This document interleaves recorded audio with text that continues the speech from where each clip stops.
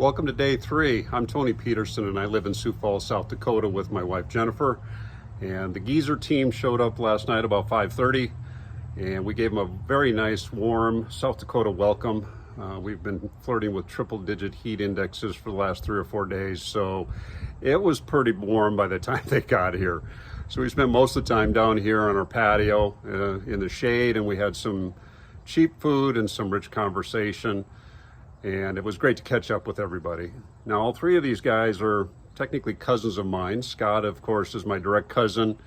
His dad and my mom were brother and sisters, and his dad and my dad had a cement business up in Brainerd, Minnesota. Both of us worked on that together over the course of several years. Jack is married to Penny, Scott's sister, so technically he's cousin-in-law, I guess would be the right term to use for that. And Jack also worked on that crew while we were up there. And Mikey is the son of one of my other cousins, Larry. And even though I don't know Mikey well, it was great to visit with him and learn a little bit about him. He's quite a character and a lot of fun to work with. And I also have a little bit of history motorcycling with all 3 of these guys as well. Scott, I think my first motorcycle ride was actually over at Uncle Jim's place. And I may be mistaken, but that motorcycle may have become the Frankenstein go-kart that I inherited, where the motorcycle was chopped in half and put together with rebars and wheelbarrow tires, a pulley for a steering wheel, and a piece of plywood that wasn't bolted down that you shifted around on while you were driving that thing around. Now, Jack and I, we took our motorcycle endorsement exam together in Brainerd, Minnesota. At the time, they had a restriction. I believe it was about 175 cc's. So if you tested out on a smaller bike than that, you were restricted to only riding bikes of that size or smaller. Neither Jack and I like to be restricted on anything. So I had a Honda Goldwing Aspencade that my dad had, and Jack took his test. I believe it was a 1976 Centennial Edition Electric Glide Harley Davidson. Everybody else there was on mopeds and 100cc dirt bikes. And even though it was a little bit of a drizzle, we both passed and became legal to drive on the streets at that point. Now, Mikey, I don't have an exact motorcycle story with him, but his dad and I spent a lot of time on the snowmobile trails up in Minnesota with our dirt bikes. We both witnessed each other's probably worst experience on the trail. I was following Larry one time when he rode head-on into a 3-wheeler and crumpled up his bike, and Uncle Irv and I had to get him out of there and get some medical attention to him. Larry was with me when I dumped my bike in a sand pit off in 371, dislocated my shoulder, and spent the next 2 years battling that before I finally got it fixed. So I guess Mikey, in honor of that, cut his foot here at my house last night. He was going up and down the steps and cut it open on one of the steps up here. Fortunately, this team travels with a medical staff, and Jack was able to get him bandaged up, and he was moving around okay. I think it's going to be all right. I don't think it'll affect the trip too much, but hopefully they enjoy the ride out west and look forward to seeing more videos of their ventures on this trip.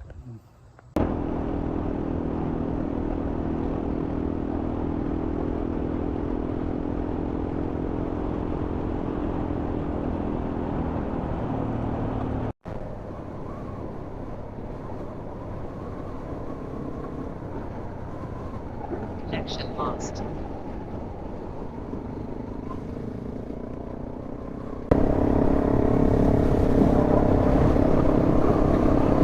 Be a fun road with an ATV or a trophy truck. It's even a fun road on the bikes. Yeah. An awesome road on the bikes. It's starting to look like South Dakota now. It is, isn't it? It's starting to look more like South Dakota.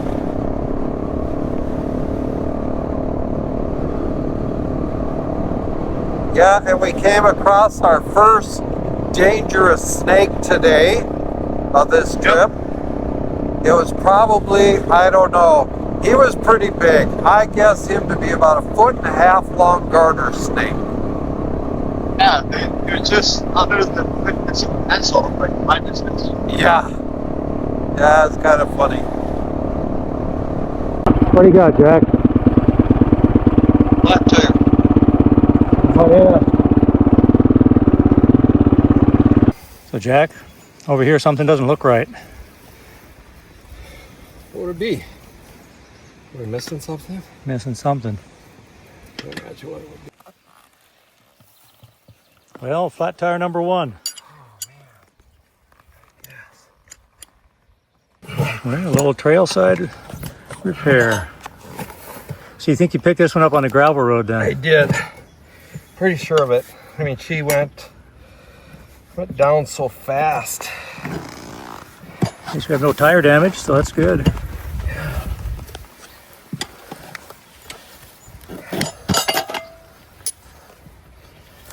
That's how the pros do it. You know, pops up, you just catch it. Pure skill. Yeah, pure skill. Pure skill. Nice. So Michael found the end cap that you lost off your tool pipe.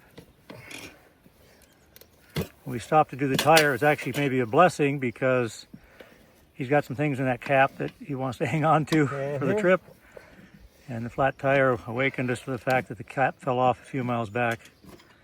So Michael's going back to get that. So yay for a flat tire. Yeah. We got more tubes than we have what's missing on your cap. Good job. We got ourselves a new tire. Well, Did that so fast, NASCAR is calling us up, asking us if we could give them some advice. They know we're too old, but, you know, strictly consultative. so we just put the new tube in. We're gonna wait on a patch if we need it. I was really enjoying South Dakota. Mike and I were talking back and forth. We were getting into hills and it was really starting to look like South Dakota. But in the past hour, South Dakota sucks. No, it doesn't. It's still beautiful, but 90 some degrees and changing a flat tire out in the middle of the sun, no shade other than this, it kind of got the best of us. So it's fixed. We just got to tighten some things down and we're on the road again. So Mike, was it better doing it here or in the shop? In the shop, a lot better. Yeah, smart guy. You'll make geezer after all. Yep. Whew.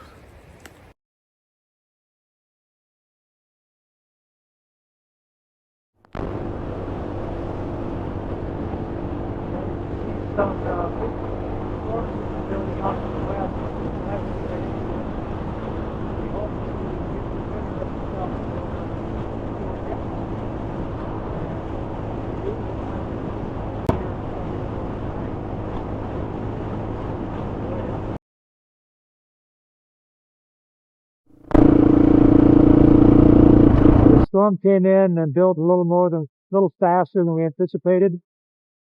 We are currently in Platte, South Dakota, and over there to my right is winter, so we're hoping to beat the storm. It's already there, passing through, headed our way, so we don't really have a good place to shelter. We went here and there, and there's a lot of lightning in the storm. So we're going to shelter here, close by. Sounds good.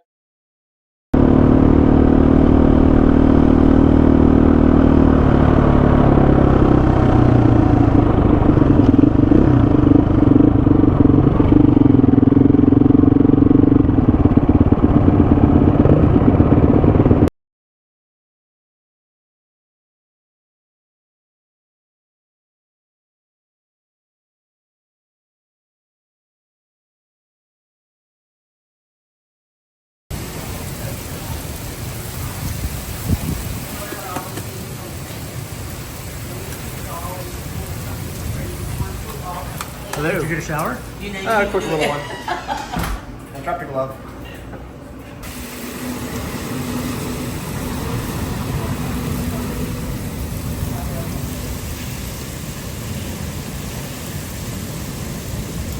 Scott was alluding to that we're running away from some storms. We are in Platte, South Dakota. Platte, South Dakota, and we decided the best way to take care of the storm is wait it out, and we came to the laundromat, and we've had the pleasure of meeting Diane. Nice It was kind of a little impromptu, and we've been with her just for a few minutes. I think she's lovely. She has got a spirit that is incredible. Actually, I was telling everybody, tell her husband we're taking her back to Minnesota.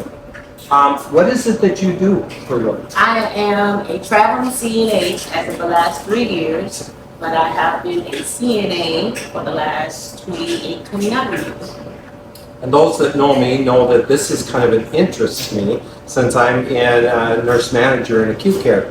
And a little bit talking with Diane, and I want to copy her, what she's going to say when I ask her questions, because I'd like to take it back to my group. And any of my aides listening, I want you to listen to her. So what got you into being a nurse's aide? It's a family tradition. My grandmother was a CNA. A lot of family members are CNA. And it gives you the pleasure of meeting different people and actually meeting the world without actually traveling so much. Like you get stories from others. You learn a lot about the past. Yeah. And you got an idea where your future can be if you pay attention. Yes. And it's really something about, you have, the little bit that we've talked, you really have this passion towards the patient care side of things. I'm a believer that if I'm giving care to anyone, regardless of what the color of their gender is, I have to treat them as if they are my family. It could be grandmother, auntie, uncles, it doesn't matter. But at the end of the day, we all need love and care. And what better way to express it if you treat everyone as if they were family? Yeah. Oh, I couldn't agree with you more. There's so much about, you know, and I'm in acute care, in hospital care, there's so much regulation that goes on. People forget about what it's like, that's their mom, that's their dad, that's a sister, that's a grandparent. Those are the people that are in there, and you need to give them that respect. Yes, it's all. If you want love and care, you have to give it, regardless of the situation. Yes, there are times where we don't agree, but disagreeing doesn't mean hatred. You have to really analyze who you are as an individual in order to do this job. So you're saying the job shouldn't be changed to meet the person's personality. You're saying buck up and you need change to in order to do the job. At the end of the day, most residents just want to know someone loves them, someone cares. Yeah. And if you are demonstrating that in every which way possible, their last days, regardless if it's 5 minutes, 5 years, or 50 years, will be better because they experience the care and love that you gave to them at that time. What's your most memorable event that occurred as a CNA? Everybody has one. I had one particular client that I had for almost 5 years.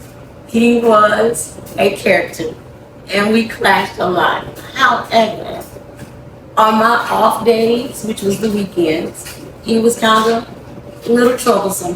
But when I walked in on Monday, the first thing he would ask me, "Where have you been? Who told you you could go?" I'm like, "It's my off day." He would tell me I'm fired. So I gather my things like I'm leaving because I'm fired. And just as I'm walking out the door, he says, where are you going?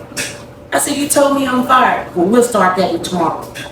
So things like that is kind of what gets me to stick with this for many years. He was my most recent one, but as I said, I've been doing it for a number of years. I've been called everything except for a child of God. I've been given love like a queen that I do not consider myself. But at the end of the day, I wouldn't trade one month with that. I would not trade. Keep doing what you're doing. I will. It's remarkable. You have that passion. You have the thing that the rest of us are looking for to try and get everybody else. And I do fight with the families behind their own resident, or their people. I've had one to tell me, "You would go toe to toe with me behind my dad." You're right, because he's my dad too. So you really have to take your innermost true love and give it in order to be able to make sure someone else day is okay. So Absolutely. I don't mind laying it down in order Okay. to make sure one smiles. So as of, when is your contract up here in South Dakota? August the 1st. August the 1st. Any employer that she applies to, all you got to do is look me up, Jack Stanley at Essential Health. I will give her a reference already, and so she's a gem. Thank So appreciate it. Thank you for One more taking the thing. time. Yes. One more thing.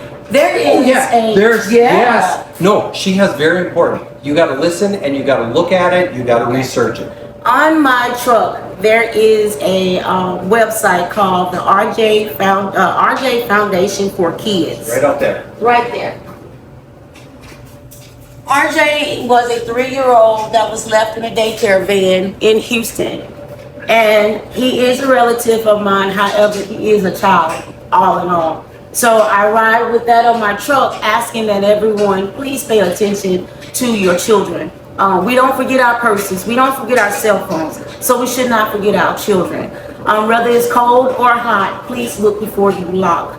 And know that each child matters in this world, and it's our job to protect them. So for anyone that is looking, the RJ the RJ Foundation for Kids, please just read it and pass the message along, and maybe we can keep another child safe this year. Thank you. Appreciate it. Thank you so much.